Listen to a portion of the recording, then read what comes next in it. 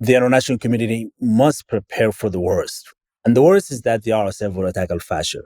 How the international community can prepare for that, I think they must provide safe areas and safe passage for civilians who may flee areas of risk. Welcome to Global Dispatches, a podcast for the foreign policy and global development communities and anyone who wants a deeper understanding of what is driving events in the world today. I'm your host, Mark Leon Goldberg. I am a veteran international affairs journalist and the editor of UN Dispatch. Enjoy the show.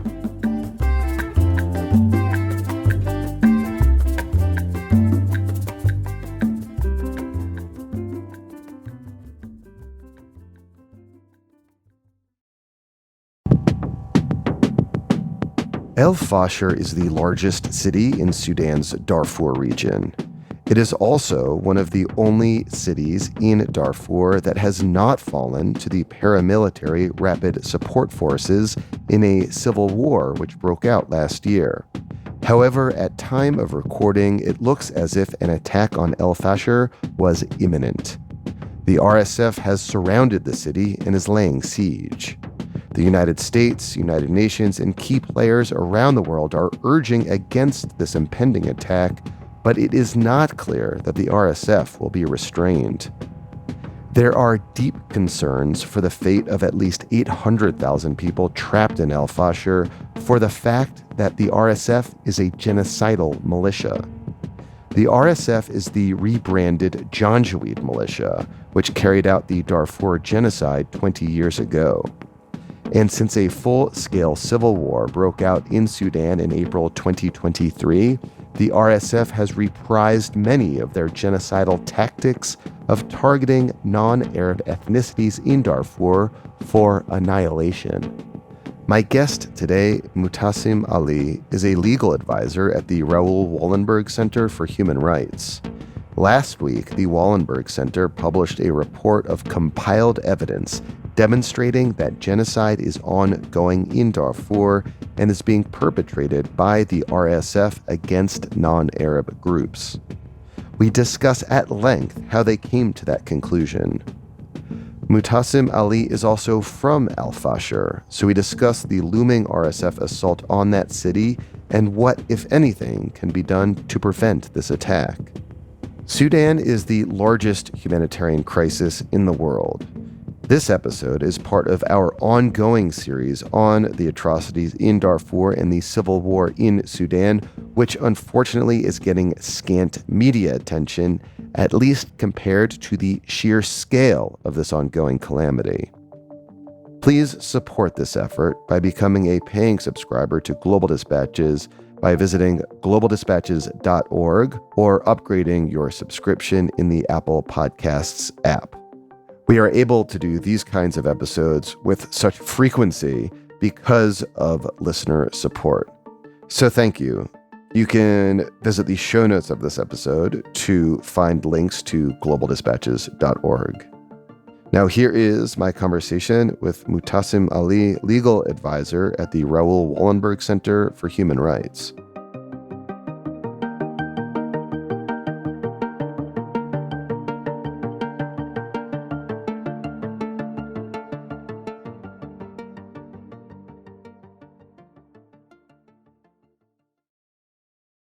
So we are going to be spending the bulk of our conversation today discussing the actions of the Rapid Support Forces, the RSF. This is something I've discussed a lot on the show in the past year, but can you just describe the conduct, the activities of the RSF in Darfur since the start of this full-blown civil war a year ago in April?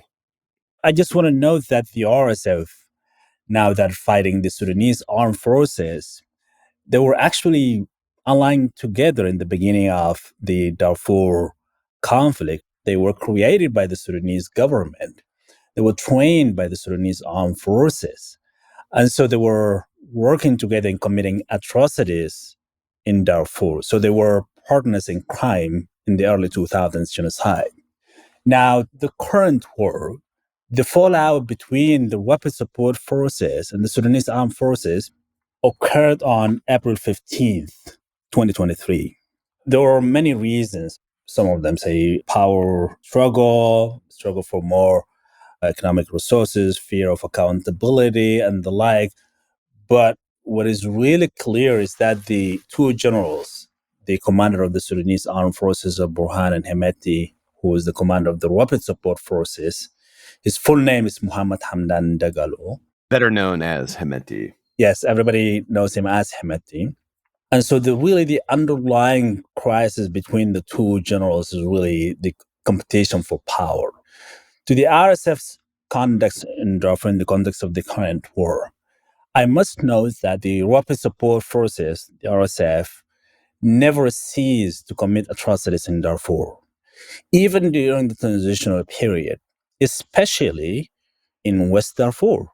During the transitional period in 2019 and 2020 and 2021, the RSF committed a series of ethnically motivated attacks against the Masalit in West Darfur. Of course, there are many other incidents in North Darfur in an area called Tawila or in Kabia or in South Darfur in Greda. There are many. I can cite a number of incidents committed by the RSF. And so the RSF really never ceased to commit atrocities. The significance of the current conflict and the war between the Sudanese armed forces and the rapid support forces is that now it became more clear that the RSF is actually using the fact that some of the ethnic groups, say, for example, Masalit in West Darfur, are siding with the Sudanese armed forces, and therefore they became the target. This is what they said in many of their statements when they launched their attack in West Darfur. And so basically, the fallout between the rapid support forces and the Sudanese armed forces served as an excuse for the RSF to commit more atrocities. And so now they commit atrocities really widespread under the guise of we're defending ourselves, we're fighting for democracy, and we're fighting the remnants of the old regime. And so part of their policy is to besiege cities before they actually attack them. Then they loot shops, hospitals, warehouses. And the idea was really to weaken the society and to make their attack a lot more easier to prevent any resistance. Of course, they also commit rape as a weapon of war. This has been a systematic modus operandi since early 2000s. Most of the conducts that we see today are exact same as in early 2000s. And having covered that earlier genocide, the ostensible reason for the first genocide was that these groups would attack the civilian population from which an insurgency against the government, which was then aligned with the RSF and Janjaweed. But now you have the RSF attacking the Muslim population in West Darfur because they ostensibly believe them to be aligned with the government who they're fighting in this civil war. That is precise. So, we've seen mass movement of Muslim people from places where the RSF have taken over. People are kind of voting with their feet. They're fleeing for fear of being attacked based on their ethnicity. What evidence have you compiled thus far that these attacks amount to genocide, which is a very, high legal threshold to cross? I mean, we've seen reports since the start of this civil war of all sorts of atrocities, but what makes you certain now that these atrocities have crossed that threshold to genocide? The primary source of our evidence is the open source information, right? And that is purposeful because we want to say that everything we say, it is already out there. There's nothing confidential about the evidence we cite. And so we relied heavily on reports. Some of the reports cover victims' testimonies, especially those who fled to Eastern Chad, Adre. And so that's really the primary source of our evidence. I must also say that the report is endorsed by world leading experts in the field, lawyers, international jurists, academics, former prosecutors, international tribunals, former prosecutor of the ICC, and former UN officials and the like. Very comprehensive, despite the fact that, or maybe because of the fact that it relies on such a volume of open source material, it really is, indeed like a comprehensive collection of many of the crimes that the RSF have committed in Darfur since the start of the conflict. But I guess I'm wondering what makes you think that these crimes rise to that level of genocide? The major question that we face in making our analysis is, in order to establish the crime of genocide, really, you have to prove that the acts were committed with intent to destroy in whole or in part a protected group. There is quite agreement among most scholars and those who document the situation in Darfur that the acts were committed in Darfur are of ethnically motivated nature, right? Like basically targeting particular ethnic groups. These are protected groups. This was established even by the ICC in the first ever indictment against Bashir, right? Masalit is a protected group. Now, we established that the Masalit, yes, it's a protected group. We established that the acts that were committed are genocidal acts. And now the major question is whether there is actually an intent to destroy the Masalit in whole or in part. And that's always the most difficult part of any genocide case. I mean, you could Right. have lots of crimes on the ground. You could have evidence of mass graves and mass killing and ethnic cleansing. But what makes genocide unique is that in order to be proven, there has to be that intent to destroy a group in whole or in part. So, how was it that you were able to establish that genocidal intent? Of course, we referenced earlier incidents, right? The incitement to genocide, implicit incitement, explicit incitement. And then we compared them with recent incitement rhetoric in West Darfur, right? Like, we're here to kill all the Masalit. Masalit has lived. This is the land of Arabs and not Masalit, and kill the Masalit boys. And so we documented that very well. Although there is no written policy to say that the RSF actually intended to kill or to wipe out the Masalit, the pattern of conduct and the incitement followed by their actions, right, the rape and the systematic depopulation of Masalit and execution of Masalit, searching them house by house, made us believe that the only reasonable inference from all this conduct is the intent to destroy the Masalit in whole or in part. As investigators, right, we are not a court of law. And therefore, our standard of proof is not like the one would be used in the court of law, right? It's not beyond reasonable doubt. We use with clear and convincing evidence, right? This is being used also in other contexts by the ICC as well. And therefore, based on the evidence that we collected, there is no way that you can infer any other than the intent to destroy the Masalit group in whole or in part. Can you just give, by way of example, any specific evidence that you think is really kind of conclusive to your determination? For example, the evidence of women fleeing Al Junaina, which is the capital of West Darfur, towards Adre in Chad. And on their way to Adre, to refugee camp in eastern Chad, there were many RSF checkpoints. And so women with infants, like even 6 months old, were searched to check whether they're males or females. If they were males, then they would be killed immediately. And the argument is that the RSF will kill the boys to prevent them from being fighters in the future. And this is sort of accusation and mirror, right? We're speaking of infants, 6 months old, and there are many incidents of this sort. Then you will find evidence of the RSF fighters going into houses searching for Masalit just to execute them. And incidents of rape. As they commit rape, they would say, this is the land of Arabs. There will be no Masalit anymore, and we will execute you all. the best option for you is to flee to Chad, for example. And so there are really series of shocking incidents that we can continue to narrate, but all indicate that the RSF actually intended to eradicate the Masalid from their land.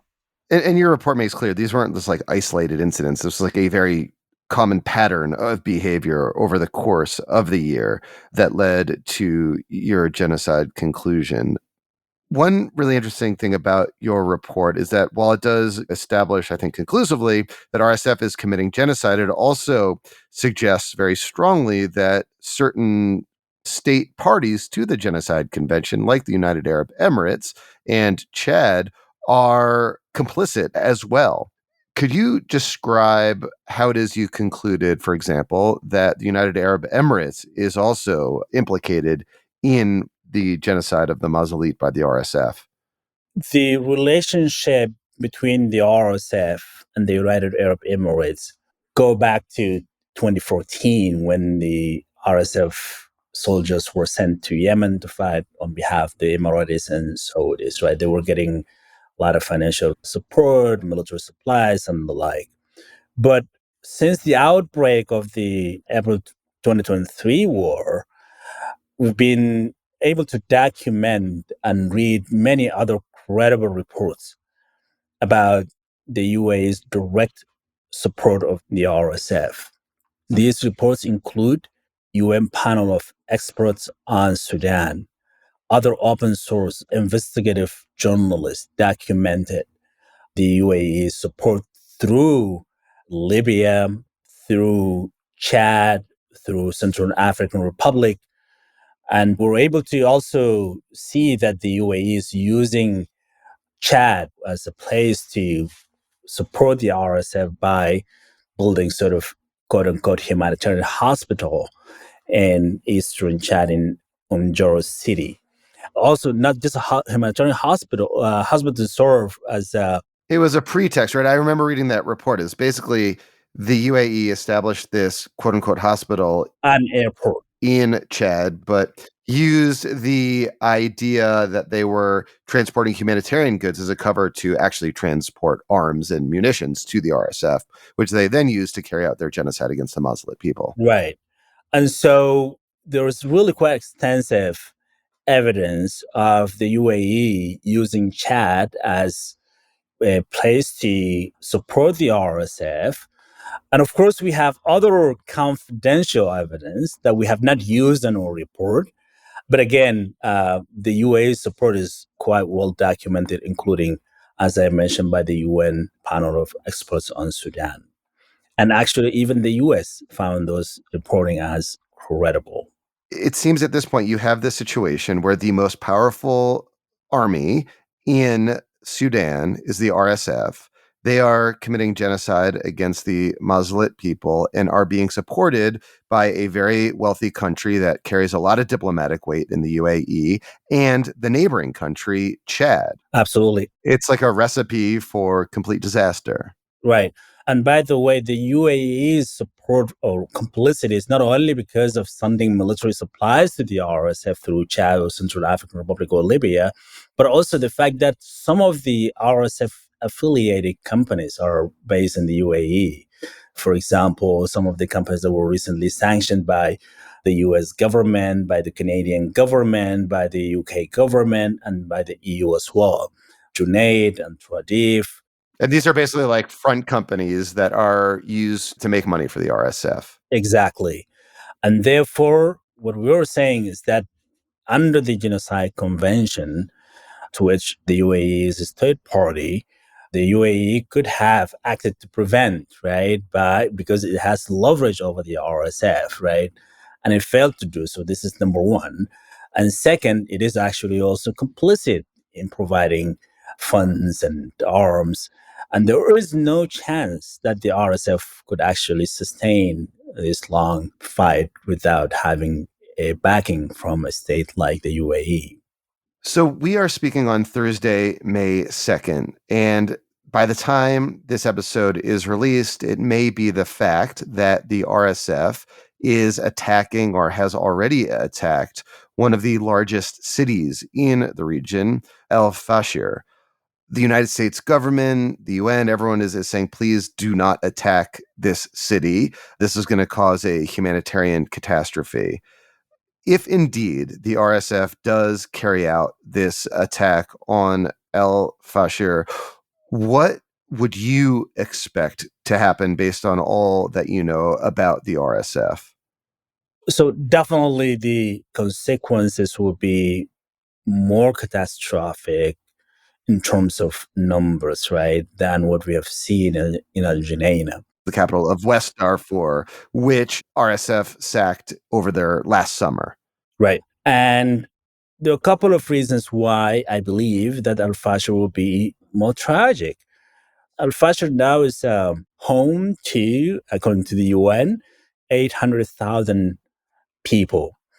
And I'm from North Darfur, Al Fasher, and I believe this number is inaccurate. The population of Fasher is way, way bigger than this.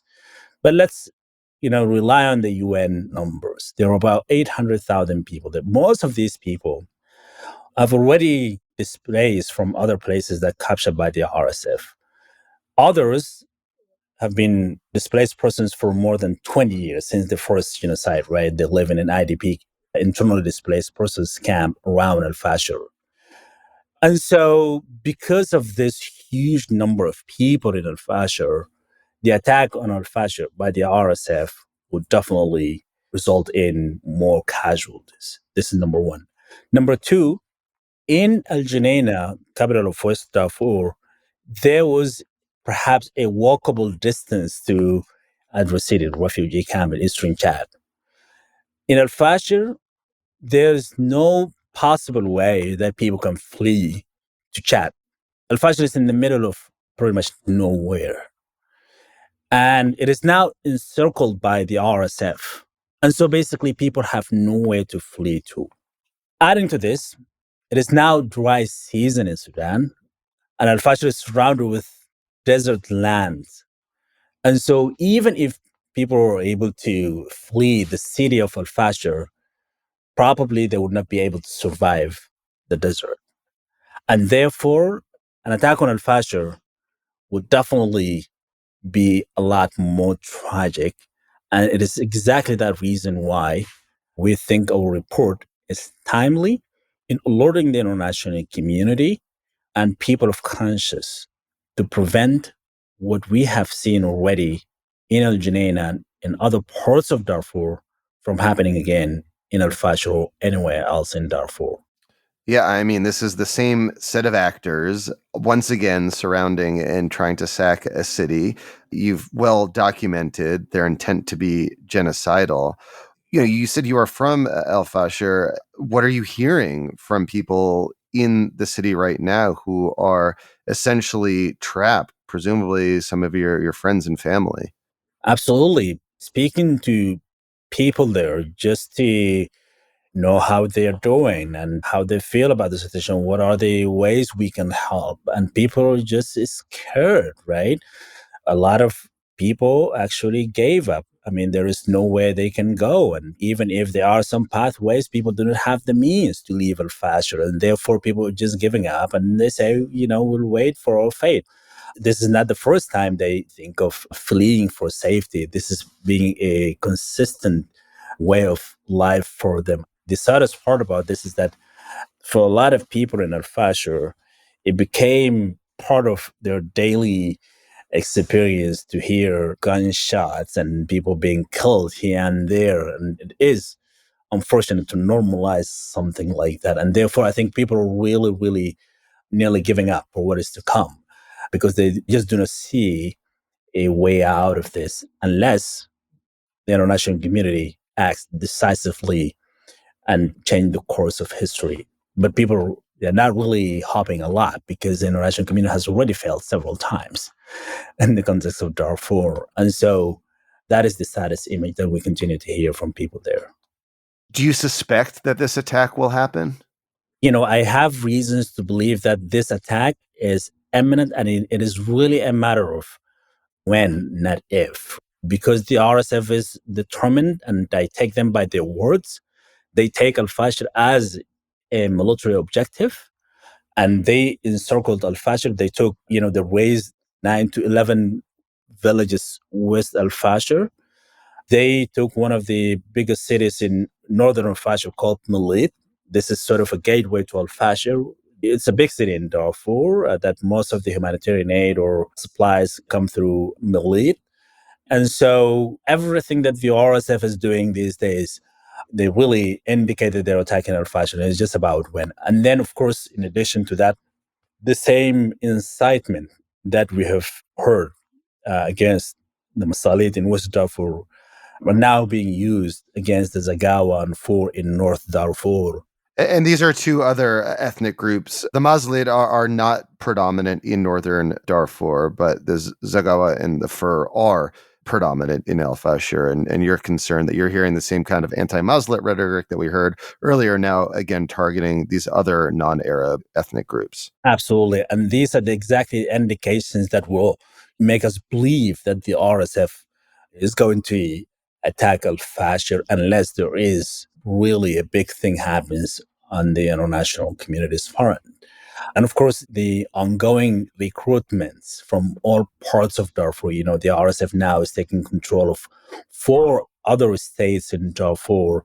And now they have the access to a lot more resources, but also easy to reach to people and recruit people in other states to come and join their fighters in North Darfur. And so there is really an ongoing recruitment now combined with deliberate incitements against particular ethnic groups, for and Zagawa in this case. And that's what makes us believe that the RSF will attack Al Fasher. And it is about when and not if. As you've said, this attack really does seem imminent. It could be that by the time this episode is released, that attack is ongoing. I'm wondering, though, is stopping the RSF from attacking El Fasher at this point a matter of international diplomacy, specifically countries like the United States more heavily leaning on RSF enablers like the UAE to rein them in? Is that the most perhaps direct pressure point that might force the RSF to change their calculus at this point? Or is there anything that could change their calculus? Surely, given the imminent threat that people in Al-Fasher are facing, many think that the best way to prevent atrocities is peacekeeping mission, right? But given the current state of affairs at the Security Council and the dynamics there, this is unlikely.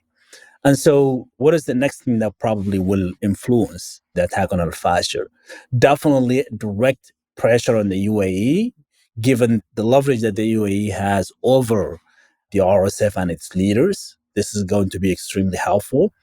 Again, because the RSF relies heavily on the UAE for support. Second, I think direct pressure and perhaps even targeted sanctions or even an arrest warrant against the commander of the RSF, Hemeti, that would definitely influence the situation as well. One of the reasons why the RSF fighters continue to commit atrocities without fear and oftentimes actually, broadcast it on social media platforms, right? On Twitter, TikTok, Facebook, and the like, because they do not fear accountability. There has never been a transitional justice process, even during the transitional period.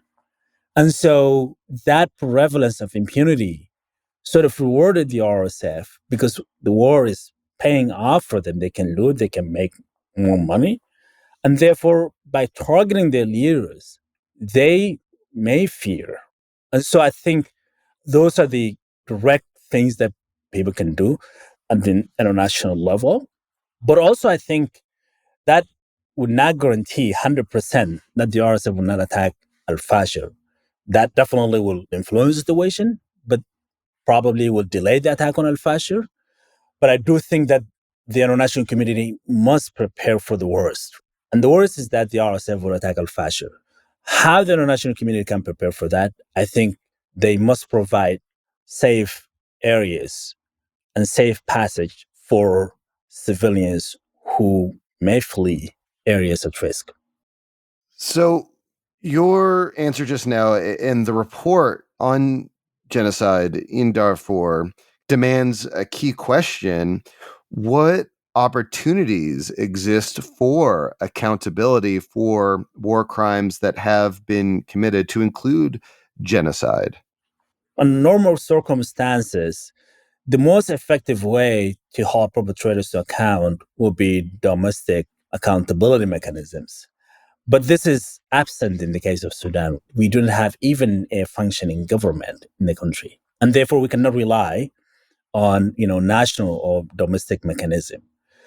And so now we're left with few options at the international level and perhaps at the regional level, at the African Union, maybe if there is a political will, they can establish special tribunals, right, to prosecute perpetrators.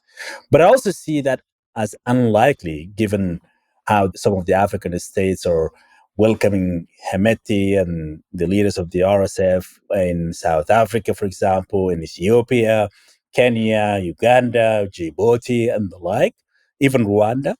And therefore, I think the only way is international mechanisms. That includes the International Criminal Court, the ICC.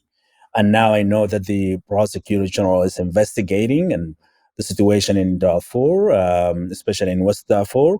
And I hope that there will be arrest warrants sometime soon. Of course, there are already 7 individuals have been indicted by the ICC before. Only one person has been on trial right now, right? Which is in itself is unfortunately makes a lot of people do not believe in the international mechanisms. But this is the only thing that we have at this point in time. Then the second, and I think this is what we rely on a lot, is the case before International Court of Justice, the ICJ. The ICJ will hopefully what we will do is to bring a case against states that we identified as complicit in the Darfur genocide. But as an organization or in private attorneys, we will not be able to bring a case before ICJ. You need a government. We need Do a you have government. any governments that you think might step up as plaintiffs in a case against, the way the ICJ works is that the ICJ is where countries go to sue other countries. The countries that would be defendants here, presumably, would be the UAE and Chad. The ICJ is not a forum where the RSF would defend itself because it's not a Right. state actor. So are there like plaintiffs in the waiting, countries that would take up the cause? We haven't reached out to states at this point in time, but this is going to be one of our missions to make sure that the ICJ will remain a relevant accountability forum, at least for states complicit in the genocide in Darfur. As to the RSF, of course, there is a lack on international legal frameworks that we cannot really prosecute entities. There's no legal framework for that. But I think for the RSF, we leave that to the ICC and other, hopefully, additional mechanisms. Because the ICC, of course, does have the capacity to prosecute individuals, Right. whether they're state actors or non-state actors, as opposed to the ICJ, which only adjudicates disputes between states. Right. Well, I don't know. I heard South Africa is interested in genocide, so maybe you can get them on board. I think this is an excellent idea. I was wondering whether, we would have hoped that a country like South Africa would take a case like this, looking at the continent, but definitely will pursue every avenue to make sure that the ICJ will remain an available mechanism. And of course, we definitely support the ICC in everything that they do, and we encourage in all the meetings that we have with governments to support the ICC's investigations.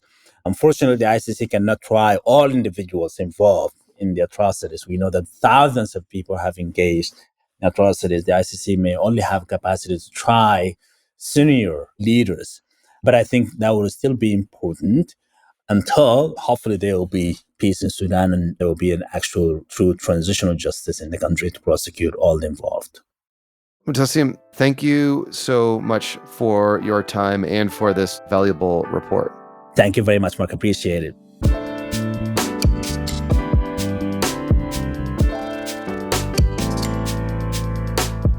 Thanks for listening to Global Dispatches. The show is produced by me, Mark Leon Goldberg. It is edited and mixed by Levi Sharp. If you are listening on Apple Podcasts, make sure to follow the show and enable automatic downloads to get new episodes as soon as they're released. On Spotify, tap the bell icon to get a notification when we publish new episodes. And of course, please visit globaldispatches.org to get on our free mailing list, get in touch with me, and access our full archive. Thank you.